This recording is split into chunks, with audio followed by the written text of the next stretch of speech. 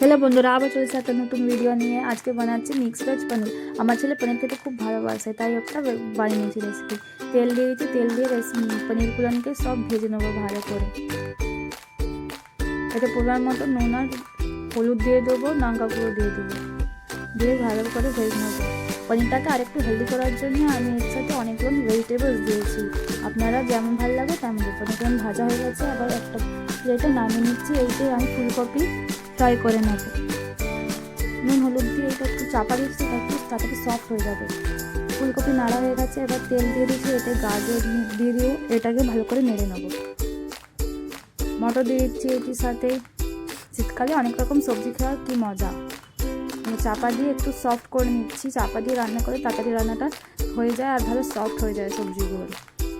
এবার ফুলকপি নাড়াগুলোর সাথে সব মিশিয়ে দেবো, মিশিয়ে আবার একটু ভালো করে নেড়ে নেব। নাড়া হয়ে গেছে, এবার এগুলো সব নামিয়ে দিচ্ছি। এবার ওই কড়াতে একটু ক্যাপসিকাম ভেজে নিচ্ছি। ক্যাপসিকামটা আগে আমি দিই না, কারণ কি একে বেশি সেদ্ধ করলে টেস্টটা চেঞ্জ হয়ে যায়, তেতো হয়ে যায়, তাই ক্যাপসিকামটাকে আলাদা করে নেড়ে একটু চাপা দিয়ে দিচ্ছি। চাপা দিয়ে হয়ে গেছে, এবার একটু পেঁয়াজ দিয়ে দিচ্ছি। পেঁয়াজটাকে ওর সাথে ভালো করে ফ্রাই করে নেব। নুন হলুদ দিয়ে দিচ্ছি একটু একটু।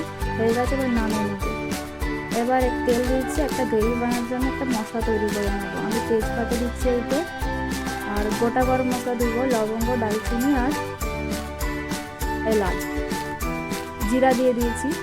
এটা টমেটো পেস্ট ছিল, টমেটো পেস্ট করে রেখেছিলাম, দিয়ে দিয়েছি। টমেটোকে ভালো করে কষাতে হবে, জলটা একদম শুকিয়ে যাবে।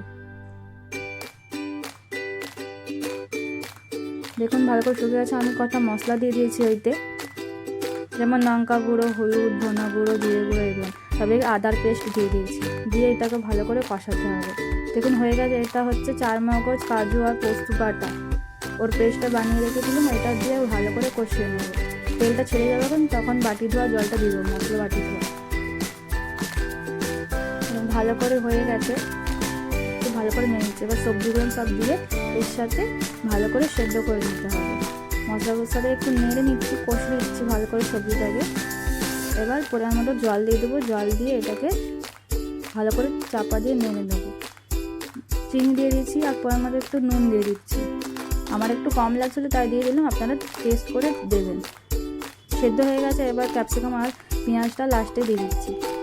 এবার পনিরগুলো দিয়ে দিলাম, দিয়ে ভালো করে আবার মিশিয়ে নিচ্ছি। দিয়ে আবার একটু ফুটিয়ে নেবো। ধনা পাতা আর কাঁচা লঙ্কা দিয়ে দিলাম। আমার রান্না একদম কমপ্লিট।